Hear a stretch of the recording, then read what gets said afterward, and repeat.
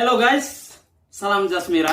Kembali lagi dengan saya, Pak Dedi, yang akan membahas materi-materi seputar sejarah. Pada video kali ini, saya akan menjelaskan tentang Kerajaan Kutai Kartanegara. Untuk mempelajari kerajaan ini, saya bagi dalam beberapa poin-poin penting, agar pembelajaran tentang Kerajaan Kutai ini tidak melebar dan tepat sasaran begitu. Yang pertama, poin-poin yang perlu kita pelajari itu yang pertama, identitas kerajaan. Itu mengenai geografis kerajaannya itu bagaimana. Yang kemudian keadaan politik dan pemerintahan itu tentang raja-rajanya, siapa yang memimpin. Kemudian tentang keadaan ekonomi, keadaan sosial. Dan terakhir itu adalah keadaan budaya dan peninggalan-peninggalannya. Sebelum kita mulai ke poin yang pertama, terlebih dahulu kalian boleh lihat, ini merupakan peta dari Kerajaan Kutai, pusat pemerintahan dan wilayah kekuasaan dari Kerajaan Kutai. Kalian bisa melihat dan amati gambar ini sebelum kita berbicara banyak tentang Kerajaan Kutai. Oke, yang pertama tentang identitas Kerajaan Kutai. Kerajaan Kutai merupakan kerajaan Hindu tertua yang ada di Indonesia. Kerajaan Kutai terletak di sekitar aliran Sungai Mahakam, Muara Kaman, Kalimantan Timur.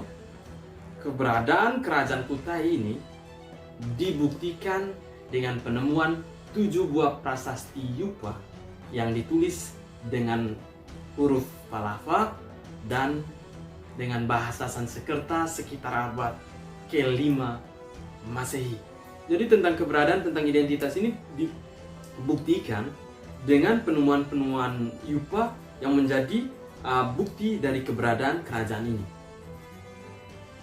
Berikutnya tentang keadaan politik dan pemerintahan. Di sini kita akan berbicara banyak tentang raja-raja siapa yang memimpin pada Kerajaan Kutai Kartanegara ini.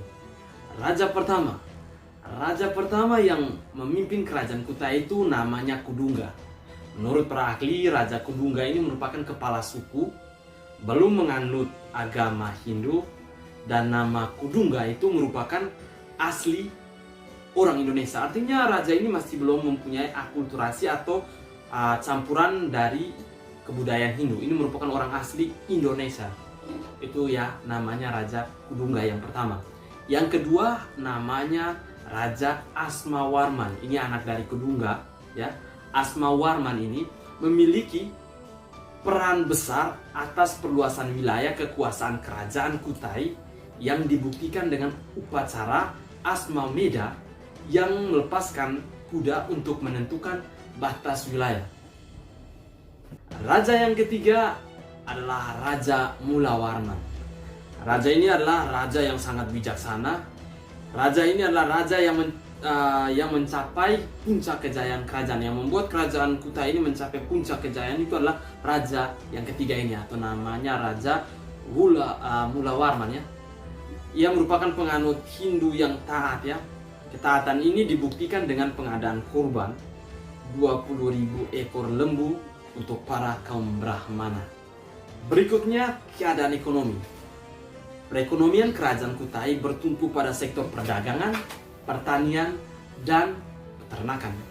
Diceritakan bahwa peternakan Kerajaan Kutai itu adalah peternakan yang bagus. Ini dibuktikan dengan salah satu raja yang melakukan upacara pengorbanan itu 20.000 ekor lembu. Itu bisa kita analisis bahwa peternakan Kerajaan Kutai itu memang betul-betul luar biasa, ya, 20.000 ekor. Kerajaan Kutai juga dikenal dengan hasil hutan, ya, hasil hutan yang berlimpah seperti damar, gaharu, kayu candana, dan bulu-bulu hewan atau bulu-bulu burung yang indah. Keadaan sosial Kerajaan Kutai. Kerajaan Kutai sudah menerapkan sistem kasta dalam kehidupan sosialnya. Tetapi sistem kastanya berbeda dengan India. Kalau di India itu sistem kastanya itu ada 4, ya, ada Brahmana, Kshatriya, Waisya, Sudra. Sedangkan sistem kasta yang berada pada masyarakat kerajaan Kutai itu hanya dua saja, yaitu kasta Brahmana dan kasta Ksatria. Berikutnya keadaan budaya dan peninggalan kerajaan Kutai. Kebudayaan masyarakat kerajaan Kutai cukup maju, di mana diadakan upacara penghinduan ya. Penghinduan artinya bagaimana rakyat yang tidak memiliki agama, yang masih menganut agama animisme, dinamisme itu diadakan upacara penghinduan. Jadi mereka masuk ke dalam agama Hindu itu. Jadi itu salah satu peninggalan, salah satu keadaan budaya yang ada di kerajaan Kutai. Selain itu, agama Hindu di Kutai telah mengalami proses akulturasi dengan kebudayaan lokal. Itu dilihat dari ditemukan prasasti Yupa itulah.